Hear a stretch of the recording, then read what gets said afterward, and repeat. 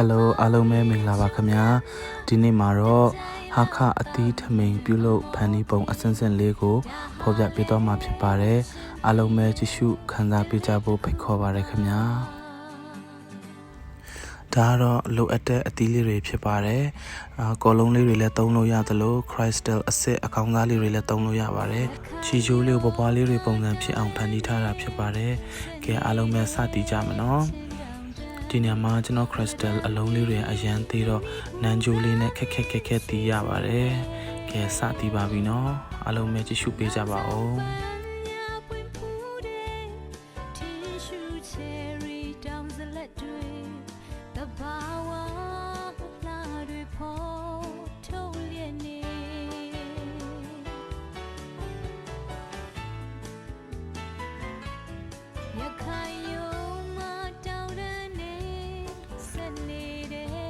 အလုံးလေးတွေလည်းတီးလို့ပြီးသွားပြီဆိုတော့အလုံးလေးတွေကိုရီပါမယ်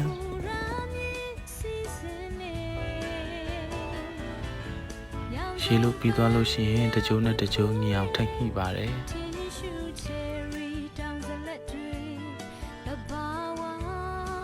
ညီသွားလို့ရှိရင်ကိုပုံဖော်ထားတဲ့အယောင်လေးတွေအတိုင်းလိုက်တီးပေးပါတယ်နော်သူကအလုံးလေးတွေမှားသွားလို့ရှိရင်အစနေပြန်တီးရတာဖြစ်တဲ့အတွက်ဂယုတစ်ဆိုင်အာယုံဆိုင်ပြီးတော့မှတီးရပါတယ်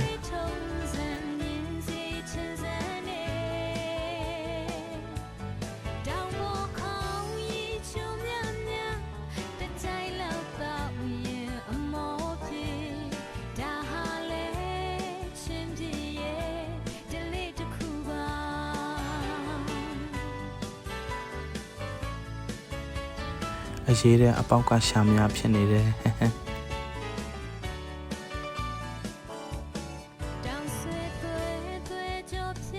ကိုစိတ်ကူးထားတဲ့ဟာလေးတွေပုံဖော်လာပြီဆိုရင်လည်းအယမ်းမဲချီနူပီတီဖြစ်ရပါတယ်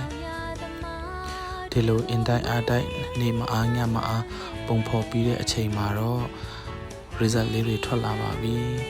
ပရိသတ်ကြီးတို့ရေလှတယ်မလားလက်ကိုထားနေရပဲเนาะပြီးလို့ရှိရင်တော့ထမိန်ပေါ်မှာတီးပါမယ်ဒီလိုလေးတွေတီးရတာပါနော်ညီညာလေးတွေစီရပါတယ်အနောက်မှာဒီလိုလေးတီးပြီးလို့ရှိရင်ယာယီလေးထုံးပေးမှာပေါ့နော်ပြီးတဲ့ခါကျမှညှိပြီးတော့မှအားလုံးအသေးချာဖြစ်ပြီးကွက်တိဖြစ်ပြီးဆိုမှကျိုးကိုတင်းပြီးမှအသေးချီမှာပါနော်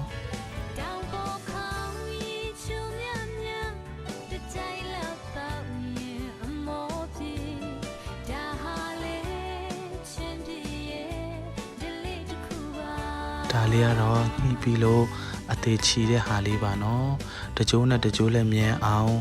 နှစ်ပင်လိန်လေးတွေနဲ့ချီပြီးရင်ဟိုဘက်ကြိုးနဲ့ဒီဘက်ကြိုးလေးတွေလည်းခိုင်မြဲသွားအောင်အသေးချီရပါတယ်နော်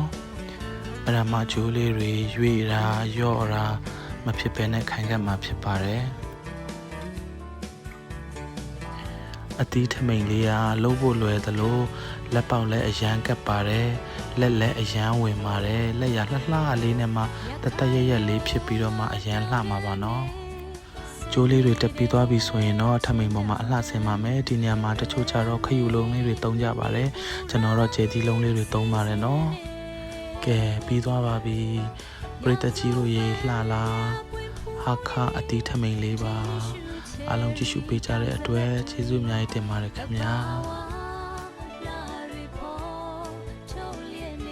ဒီနေရာမှာတချို့ကြတော့အပွင့်လေးတွေပေါ်ပြီးမှတည်ကြသလို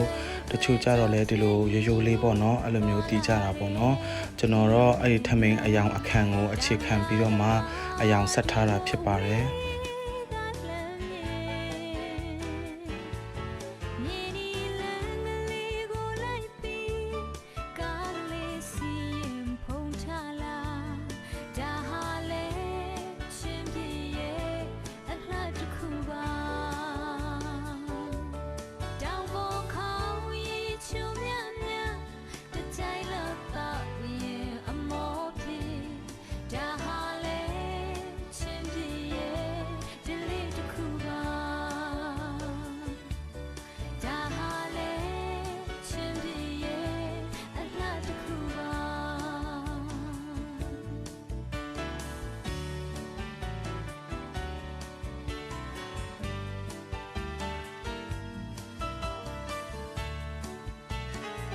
ခုလိုမျိုးအဆုံးကြီးကြည့်ရှုပေးကြတဲ့အတွက်အားလုံးပဲကျေးဇူးတင်ပါတယ်အားလုံးပဲတတ်တာ